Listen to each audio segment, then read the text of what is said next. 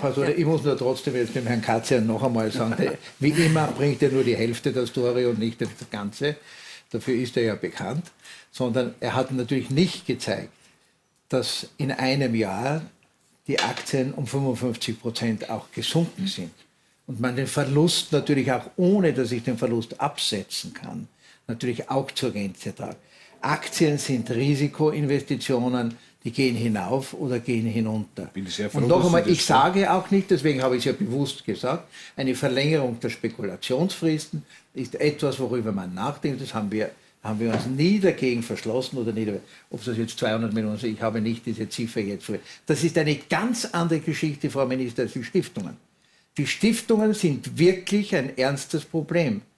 Und nicht deswegen, weil wir Stiftungen, die zusammenpacken können und der Fabrik davon tragen können. Nein, es kommen keine neuen mehr.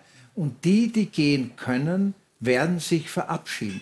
Stiftungen wollen keine Diskussionen, sie wollen keinen Namen genannt haben. Sie machen das in den wenigsten Fällen aus Steuergründen. Das sind ja keine Gewerkschaftsstiftungen, sondern sind ja private. Auch nicht gegen sondern sie machen das aus den wenigsten Gründen, aus steuerlichen Gründen. Ja, aber dann müssen sie auch nicht gehen, wenn die Steuern höher werden. Nein, sondern sie machen es, sie wollen sie haben ein Modell, sie sind gekommen unter bestimmten Voraussetzungen, unter diesen werden sie bleiben.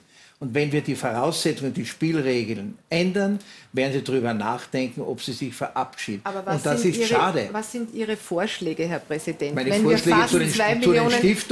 fast 2 Millionen Menschen in diesem Land haben, die gar keine Steuern bezahlen, weil sie so wenig verdienen. Ja. Wie sollen wir Lohnsteuern bezahlen? Ich kann Ihnen sagen, Leider zahlen Sie hohe Sozialversicherungsbeiträge dass in den Bereichen Pensionen, Gesundheit und Schulverwaltung Gelder vor uns, aus denen wir sie wirklich nur bücken. Aber dann kommen wir doch zurück zur Verwaltungsreform. Natürlich, und ein bisschen muss ich schon an Sie beide auch adressieren. Wir von der Industrie sind über diese 1,7 Milliarden einnahmenseitig nicht sehr beglückt.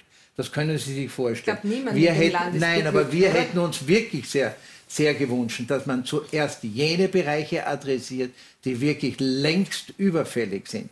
Und ich meine, die Hackler-Pension in dieser Form, die ist einfach nicht finanzierbar, umso mehr, als sie nicht von Hacklern beansprucht wird.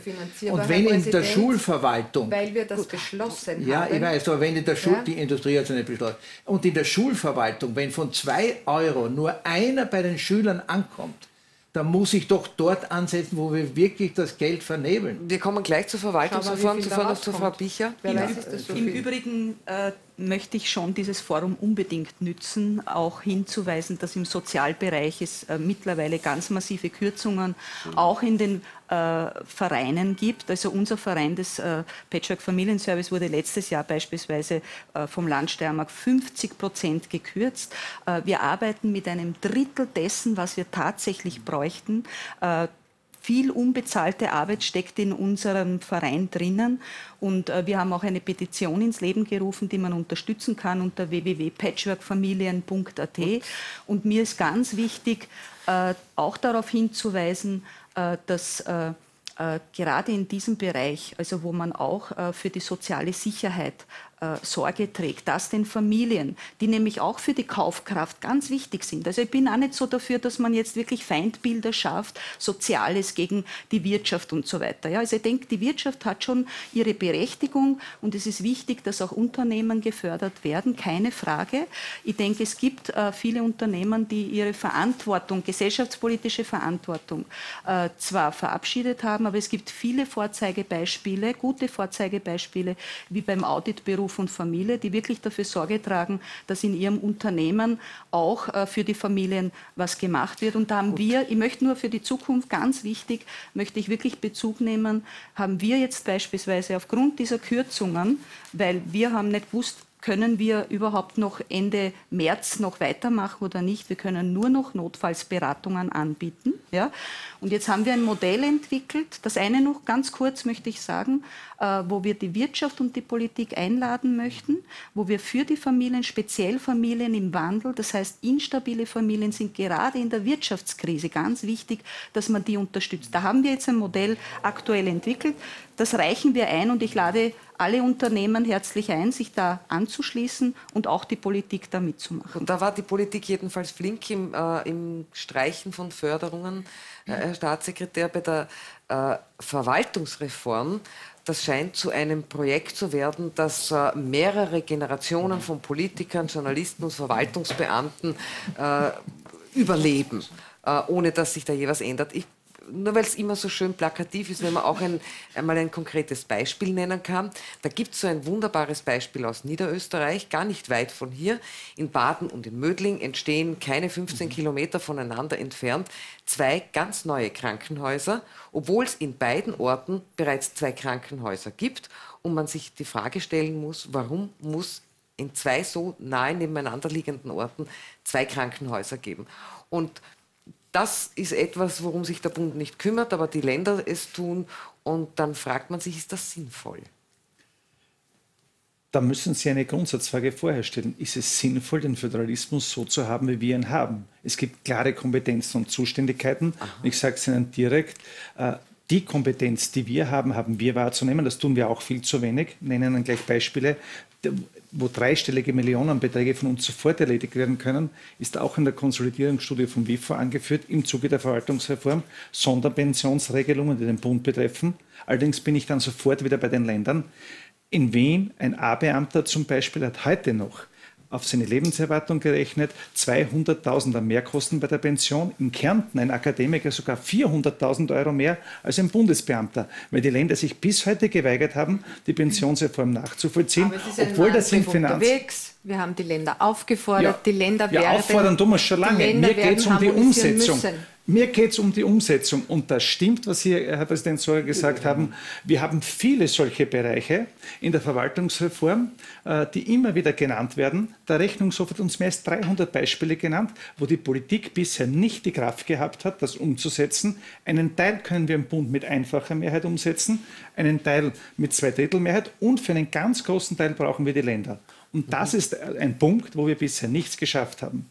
Jetzt mit diesem Budgetrahmen haben wir uns eine Frist wieder gesetzt, um mit den Ländern zu reden, dass wir hier vom Reden zum Handeln kommen. Ich habe schon konkrete Gespräche mit Landeshauptleuten geführt, hoffe sehr, dass die Länder hier auch bereit sind, mit uns gemeinsam, das kann keine Einbahnstraße sein, jetzt zu Ergebnissen zu kommen. Wir wissen es in der Schulverwaltung, Sie haben es erwähnt, wir wissen es in der Gesundheitsverwaltung. Fast in jedem Bereich kennen wir Beispiele, wo wir wirklich Doppelgeleisigkeiten haben, teilweise sogar Dreifach-, Vierfach-Zuständigkeiten. Hier sind wir massiv gefordert und das wird auch eine Bewährungsprobe für diese Regierung sein, wie mutig wir gemeinsam sind, hier auch in der Auseinandersetzung mit den Bundesländern. Eine wirkliche Ausnahme, das Eingeständnis eines Versagens von Ihnen zu hören, dass Sie da bis jetzt nicht zusammengebracht haben. Wir hatten ja, erinnern sich vielleicht viele alle Anwesenden noch, einen riesigen Verfassungskonvent zur Verwaltungsreform. Da sind dann die drinnen gesessen, die darüber hätten entscheiden sollen, dass es sie in einer künftigen Verwaltung nicht mehr geben soll. Also was hat zu nichts geführt, wie wir wissen, bis heute.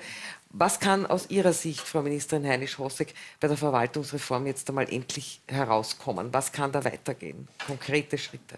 Nur ganz kurz noch, es stellt sich ähnlich kompliziert dar, wie wir jetzt einsparen oder die Ausgaben geringer halten sollen. Ich glaube, dass es einfach eine Frage ist, wie wir uns das auch politisch ausmachen und wie wir uns einigen können. Und so ist es auch mit den Ländern, glaube ich. Verwaltungseffizienz, das ist meine Angelegenheit, das ist keine Frage. Wir haben schon einige Maßnahmen gesetzt, indem wir beispielsweise Verwaltungsvereinfachungen in der Justiz vorgeschlagen haben, mitgetragen haben. Die Justiz hat sie umgesetzt. In mehrere Aufgaben an einem Ort im sogenannten One-Stop-Shop-Prinzip durchführen zu können. Das heißt, die Bürgerin, der Bürger soll entlastet sein und die Verwaltungsbeamten, Beamtinnen sollen motiviert, aber auch effizienter arbeiten können. Gemeinsamer Fuhrpark ist im Gespräch. Es gibt natürlich einige Bereiche, wo wir schon einsparen können. Tatsache ist, dass die großen Brocken die sind, wo man schauen muss in der Schulverwaltung, was bringt es, wer ist zuständig. Wir haben 9 verschiedene Bauordnungen, ich weiß nicht, wir haben 9 verschiedene Kindergartengesetze, wo ich immer so gern einen Rahmen drüber hätte, weil es einfach dann für jedes Kind in Österreich gleiche Bedingungen gäbe. Es gibt ja einige Einnahmen, die der Staat lukrieren könnte, die klingen in fast jedermanns Ohren eigentlich vernünftig. Also zum Beispiel eine höhere Tabaksteuer, eine höhere Alkoholsteuer.